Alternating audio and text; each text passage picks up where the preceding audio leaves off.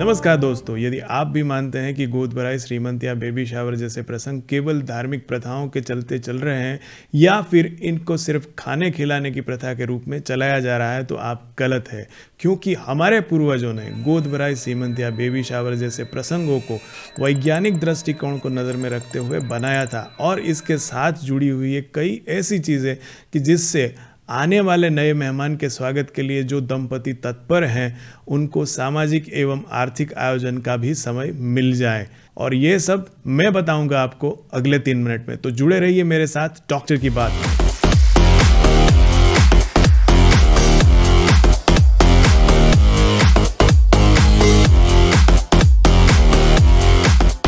सबसे पहला सवाल, गोद भराई की रस्म आखिर भारत में 7वें महीने में या 7वें महीने के बाद ही क्यों मनाई जाती है?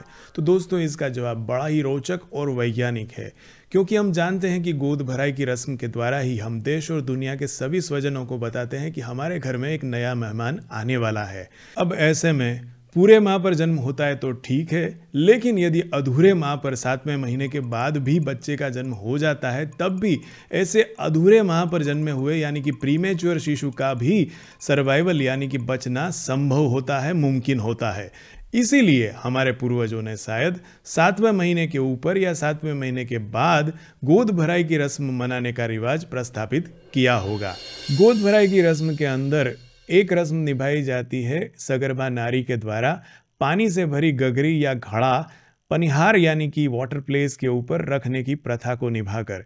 इसके द्वारा ये सूचित या सिंबलाइज किया जाता है कि आगे चलकर इस प्रेग्नेंट लेडी या सगर्भा नारी को पूर्ण रूप से आराम देना अनिवार्य है और उसे सारे भारी कामों से मुक्ति दी जाती है। इसके द्वारा हम ये सुनिश्चित करते हैं कि इस सगर्भा नारी को अगले 3 महीनों के अंदर यदि भारी काम नहीं करना पड़ा तो उसकी प्रीमेच्योर डिलीवरी होने की संभावनाएं कम हो जाती है और एक स्वस्थ, पूर्ण रूप से विकसित नवजात शिशु का जन्म होना काफी हद तक संभव बनता है।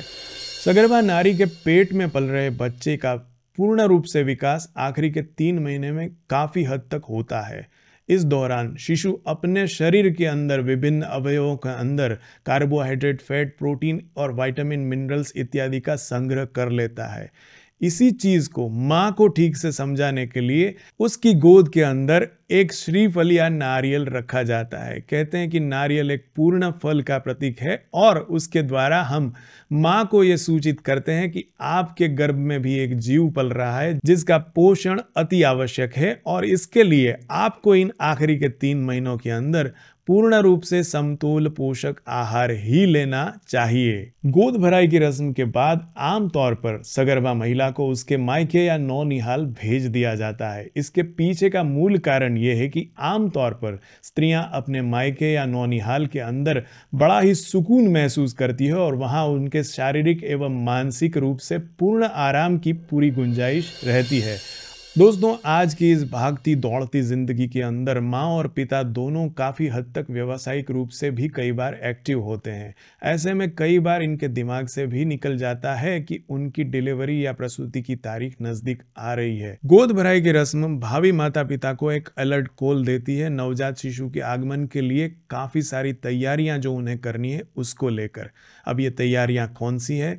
तो भैया, माँ जब मायके जाएगी तो वहाँ वो कौन सी अस्पताल में डिलीवरी कराएगी, उनके स्त्री रोग विशेषज्ञ कौन से होंगे, जब बच्चा जन्म लेगा तो उसके लिए जो नवजात शिशु विशेषज्ञ या बच्चों के डॉक्टर चाहिए वो कौन होंगे, जब नवजात शिशु का जन्म होगा तो उसके बाद उसकी कौन कौन सी ज़रूरतें होंगी, उसका सबका आयोजन, और उसके बाद उस हॉस्पिटल में जब डिलीवरी होगी तो उनके साथ कौन रहेगा, इत्यादि इत्यादि।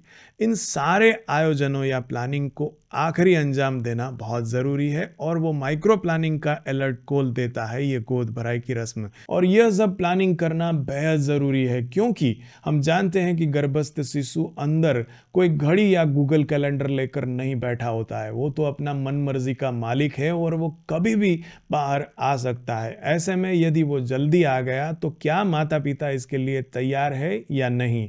और यही छोटी छोटी चीज़ें यदि हम प्लान कर लेते हैं तो स्वाभाविक रूप से उस कठिन समय का भी हम सामना कर सकते हैं। अब चर्चा करते हैं गोद भराई से जुड़े हुए कुछ एक सोशल मैनेजमेंट के फंडास के बारे में।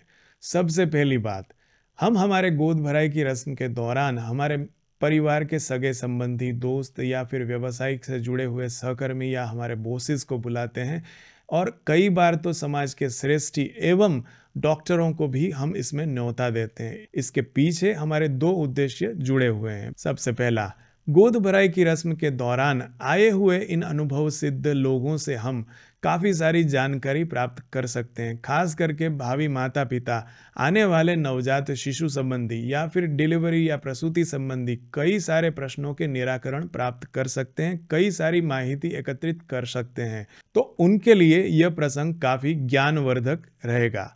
लेकिन अमूमन देखा यह गया है कि लोग यहाँ पर निरर्थक बातें करके ही चले जाते हैं। और दूसरा, गोद भराई की रस्म के दौरान जब हम हमारे प्रोफेशन से जुड़े सहकर्मी या हमारे बॉसेस को खाने पे बुलाते हैं, तो स्वाभाविक रूप से आगे चलकर हमें जो पेरेंटिंग के लिए लीव्स चाहिए, यानी कि मैटरनिटी लीव हो या फिर पैटर्निटी लीव, उसके मिलने की संभावनाएं बढ़ जाती है। तो दोस्तों, यह एक सोशल मैनेजमेंट का अद्भुत फंडा भी है इसमें।